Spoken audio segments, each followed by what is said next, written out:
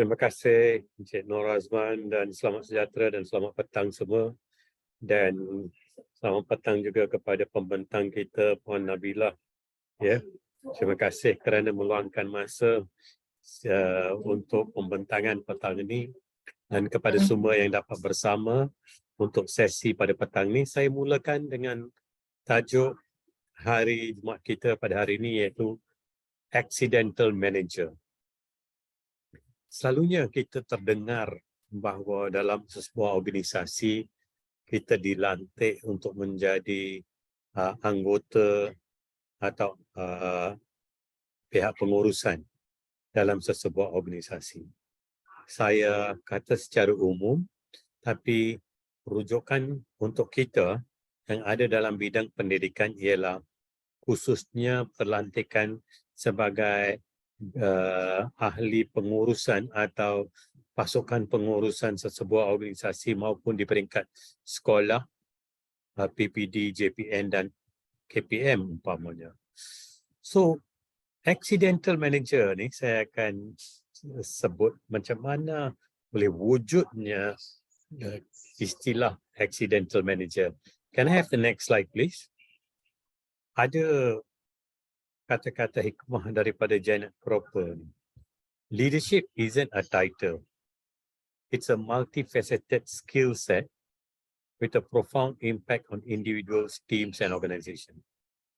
Bukan kerana saya jadi pengetua penolong kanan GKMP, pegawai PPD, ketua PPD, pengarah JPN, timbalan atau apa juga ketua penolong pengarah. It's not the title. Tapi apakah skill set yang ada pada kita yang membawa kesan kepada orang di bawah kita, yang bertugas bersama kita, pada pasukan-pasukan di bawah kita, pada organisasi secara keseluruhan. Itulah maksudnya. So, ia lebih daripada itu bila kita duduk di satu tempat dan menjawat sesuatu jawatan itu. Khususnya termasuk jawatan yang merupakan hakiki. Kerana kita diberi tugas-tugas kepimpinan tanpa satu jawatan pun. Right? Itu bukan jawatan hakiki di sekolah, tetapi kita menjadi pemimpin. Right? Tapi untuk menjadi pemimpin atau pengurus umpamanya satu-satu event di sekolah atau umpamanya setiausaha sukan, walaupun bukan tugas hakiki, tapi untuk menjadi setiausaha sukan pun kita perlukan skill set yang sesuai, yang perlu ada pada kita untuk mengetuai rakan-rakan yang lain dari segi sukan di sekolah kita. Next slide please. So, dalam satu kajian baru yang dikeluarkan bulan ini juga oleh The Chartered Management Institute di UK, dan mereka menyatakan 82% pihak pengurusan tidak mendapat latihan yang terurus atau yang formal. Walaupun mereka dah duduk di kerusi kepimpinan, tapi tak ada latihan yang skill set yang saya sebut tadi. Mungkin ada sedikit di situ kursus-kursus pendek, tetapi untuk menjawat satu jawatan yang khusus, apa yang diperlukan, skill set yang diperlukan, 82% menyatakan mereka tidak ada latihan formal itu. Dan daripada kajian itu, mereka dapati seorang daripada 3 pekerja suka nak jauhkan diri daripada budaya kerja yang toksik, yang negatif. Ya, termasuk mereka mempunyai satu perhubungan yang tidak selesa dengan pihak pengurusan dan pelbagai perkara yang lain yang tidak membawa keselesaan atau keseronokan di tempat kerja.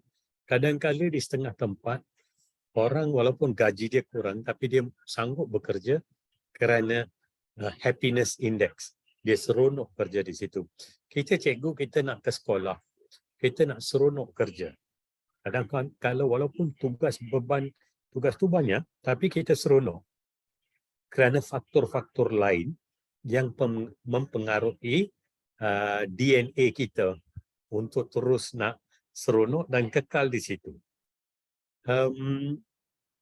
Mereka ada lagi satu dapatan daripada kajian ni, yang nombor 3 ni. Mereka yang dapati macam pengurus mereka tu tidak efektif. Mereka berhasrat untuk nak tinggalkan jawatan atau tinggalkan organisasi itu dalam masa yang terdekat. Sebaliknya, pengurus yang telah terlatih dapat menangani isu dengan lebih baik berbanding dengan mereka yang tidak terlatih. So, kita kena dapat latihan yang terbaiknya. Right? Yang terbaik untuk di mana kita diletak sebagai pihak pengurusan. Kita kena tahu, saya suka apa yang disebut oleh Jack Welch. When you were made a leader, you weren't given a crown. You were given the responsibility to bring out the best in others. Ini bukan mudah. Kalau kita memahami kata-kata hikmah ni. When you were made a leader, you weren't given a crown, but you were given the responsibility to get the best out of others. Dan satu lagi saya pernah terbaca, mereka katakan bahawa people do not leave organizations. People or workers or employees do not leave organization.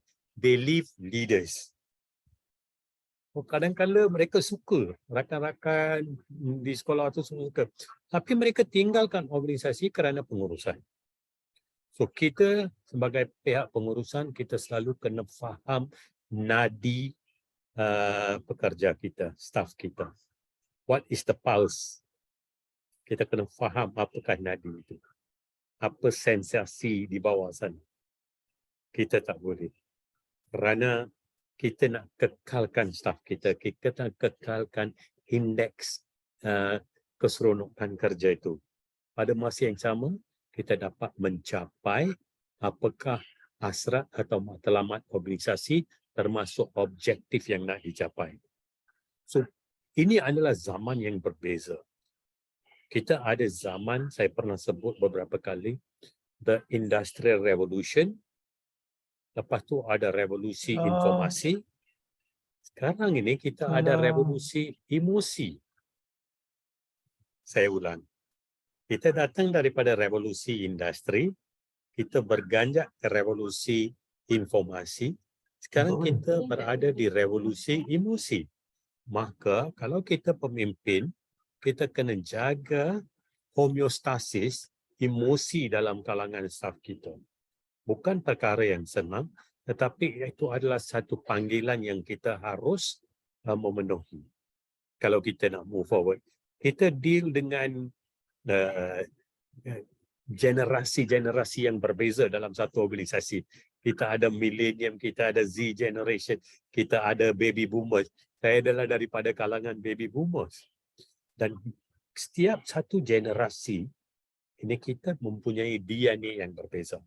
Tapi bila kita gabungkan DNA generasi-generasi yang berbeza ini, seorang pemimpin yang dapat membina kejelikan di antara generasi yang berbeza ini, kita akan dapat satu organisasi yang berjaya, satu organisasi yang selesa. Tetapi kejelikan ini adalah kecekapan seseorang pemimpin untuk membina jambatan-jambatan di antara generasi ini, bukan menjadikan ruang yang perbezaan itu lebih besar.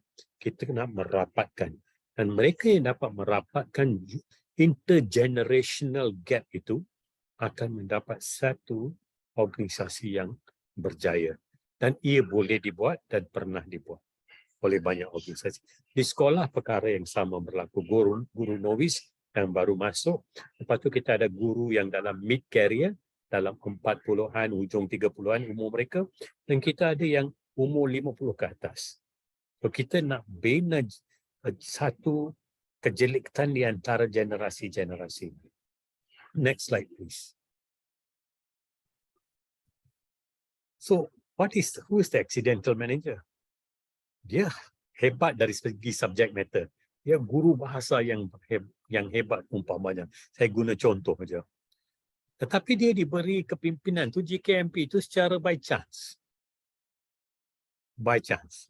Jadi dia tahu bahawa dia ada technical skills, tapi dia tidak terlatih untuk duduk di kerusi GKMP atau PK kadang-kala. Bukan salah dia. Ini kita tidak menuding jari kepada siapa. Kita hanya cuba mengupas apakah cabaran bila kita jadi pemimpin. Kita diberi peluang untuk jadi, tapi kita tidak mendapat latihan yang sepenuhnya. Mungkin dapat latihan sedikit. Dan ada juga yang rasa, oh saya tak perlu pun latihan ini. I don't need leadership training. Kerana tak ada siapa akan teliti pun. Tak ada siapa akan tahu pun saya ada ciri-ciri kepimpinan atau trait kepimpinan atau saya ada kemahiran mengurus. Mungkin orang tak tahu. Tapi sebenarnya guru-guru semua sangat arif.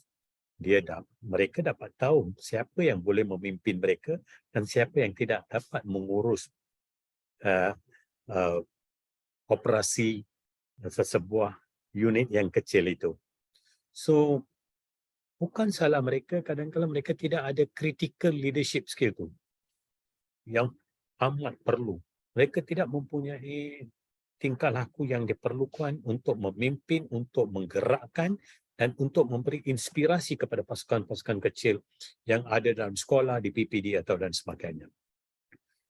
So, bila kita tak ada, lama-lama orang yang menunggu, yang ada di bawah ni, dia hilang sedikit semangat kerja ni. So, kalau semangat kerja seorang pemimpin tu berkobar-kobar, maka orang di bawahnya pun semangat mereka pun memang akan you are like a catalyst. Anda menjadi pemangkin.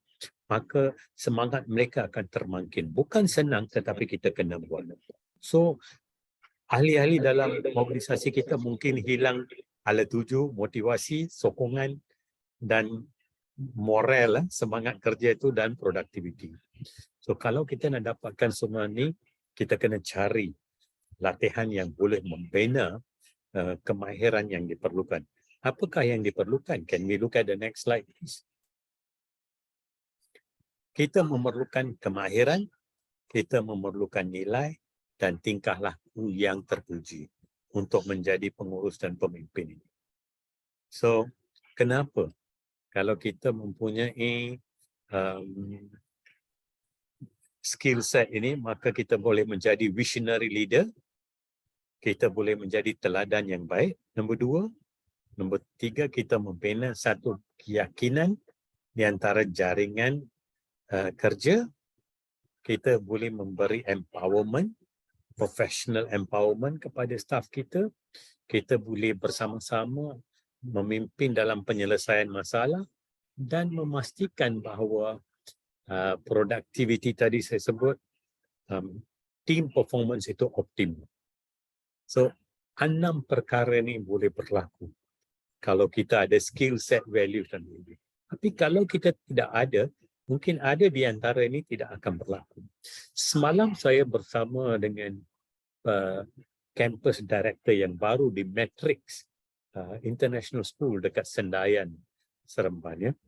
Dan dia tanya saya satu soalan. Ini perbualan biasa aja. Saya pergi sana untuk jumpa saya punya mantan bos saya dekat IAB dulu, Mr. Low. Dan dalam sembang dia kata you must come and talk to. Dia ni berasal daripada negeri Taiwan. Dia punya campus director di Matrix International School. Di antara soalan dia tanya saya ialah soalan tentang, dia kata, do all your principals have visionary leadership? Itu soalan dia pada saya. Kerana lepas tu dia menghuraikan kenapa itu soalan dia.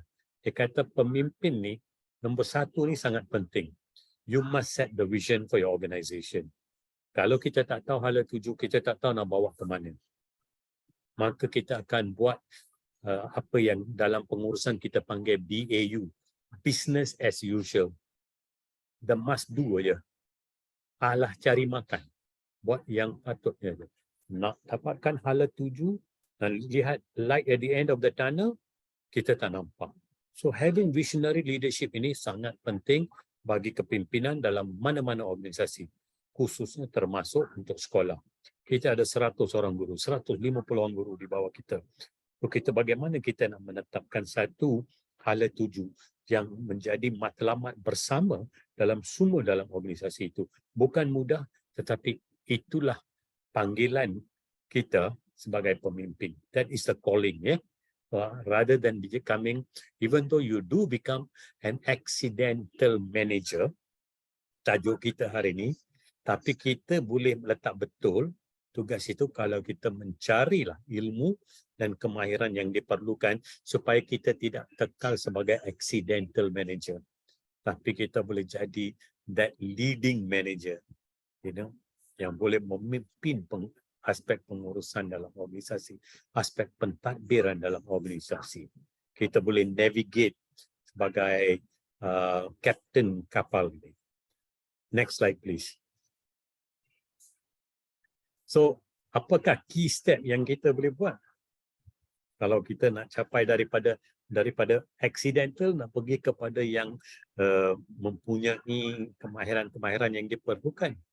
Satu, continuous learning. Apa yang kita buat dalam CDL ini? Continuous learning. Ya. Yang kedua, kita hadiri modular program. Program-program kecil. Tak semestinya program yang besar. Yang ketiga, kita melahirkan satu budaya kerja yang ada feedback. Kadang-kadang kita boleh bagi kertas kosong aja, tak payah tulis nama. Tulis tentang apa kelebihan atau kekurangan organisasi kita. Kita harus ambil tindakan sebegitu. Walaupun mungkin ada yang negatif, tapi it doesn't matter. Kita kena terbuka, ya tak? Bukan mudah, saya tahu, saya pernah dia berada di peringkat kepimpinan itu, tapi kita kena buat. Dan kita tak boleh lari daripada change management. Kerana dunia sentiasa berubah, apatah lagi selepas pandemik. Dan kita nak satu budaya di mana people are able to speak up. Speak up bukan untuk mencaci, tetapi untuk memberi constructive feedback. Leader ni dia coach, ya. Kalau dia nampak je, staff dia tu nampak macam sesat, tak dapat nak deliver, dia perlu jadi coach kepada staff itu. Okay, where are you stuck? Kenapa tugas yang diberi itu you tak dapat nak bawa lagi? So duduk bersama. You really sit down and help them. Itulah cara dia. You become that coach, right? It is the success of leadership is measured by the growth of the subordinate. Kehebatan seorang pemimpin bukan kerana dia hebat. Kehebatan anak buah dia. Selalunya bila anak buah hebat, orang tahu bahawa pemimpin di atas itu hebat. Right? Pemimpin yang berada di belakang itu hebat. Dan saya nak kongsi dalam buku Nelson Mandela, The Long Walk to Freedom, ya. Beliau menyatakan dalam satu gerombolan kambing biri-biri sedang keluar untuk nak makan, ya, to graze, dia nampak ada satu kambing di depan itu. Nampak semua kambing biri-biri yang lain sedang ikut yang depan tu. Tapi dalam analogi dalam buku Nelson Mandela, The Long Walk to Freedom, dia kata sebenarnya bukan yang ada di depan tu. Kadang-kadang pemimpin itu adalah yang di belakang, gembala dia, yang sedang membawa kambing biri-biri itu ke satu arah yang beliau rasa akan mencapai matlamat. So organisasi pun begitu. Sebagai pemimpin kita tak perlu ada depan-depan tu. Saya di antara mereka yang percaya just do your job. Orang ramai tahulah you are the leader and you are the one behind everything. Nak banyak-banyak nak menunjuk atau nak pergi cari point di depan tu, I am not a believer in that. Sebab saya percaya Tuhan sedang melihat dan bos-bos kita pun bukan bodoh. Dia orang pun tahu, mereka sedang melihat. They know how to evaluate an organisation. So remember, you can lead from behind. Tak perlu pun ada dalam semua gambar yang muncul pada hari itu untuk aktiviti itu. Ya? Biarlah gambar anak-anak buah kita yang ada di dalam tu. You stay behind. That is my philosophy lah, falsafah saya. Dan akhir sekali, internal mentoring program yang dah lama, latih yang muda. So that also helps in talent development. So kalau semua perkara ni berlaku, seorang untuk bina kepimpinan dan pengurusan yang terpuji, saya rasa seseorang accidental manager pun boleh menyerlah. Dia tak boleh lari daripada nombor 1 tu, continuous learning. Okay, next slide please. So tuan-tuan dan puan-puan, seperti biasa, kita boleh dapat ilmu daripada pelbagai sumber. Termasuklah di antara buku, makalah, jurnal dan sebagainya, bacaan-bacaan kita, atau maupun dengan sembang profesional dengan rakan-rakan. Satu lagi konsep yang saya bincang semalam bila jumpa Dr. Jack Chow ni, ialah tentang wait time. Di mana bila kita bagi satu tugas, setengah orang dia buat dengan cepat, setengah orang dia perlukan masa. Dalam pengurusan kita panggil itu wait time. Dan saya di antara, bila saya tahu tentang konsep ini, saya mula mengamalkan sejak tahun 2007. 2007-2008, saya ada beberapa orang muda yang bertugas bersama saya dekat bahagian dasar dan hubungan antarabangsa. Dari yang umur semua kurang daripada 30, saya gunakan konsep wait time. Guide them, coach them, dan bagi masa untuk nak deliver something. So tuan-tuan dan puan-puan, remember, reading is thinking. It is easier to build strong children than to fix broken adults. And foremost, always be positive, positive, positive. Remember, if a child can't learn the way we teach, maybe we should teach the way they learn. Itu saja daripada saya pada hari ini. Sekian, terima kasih.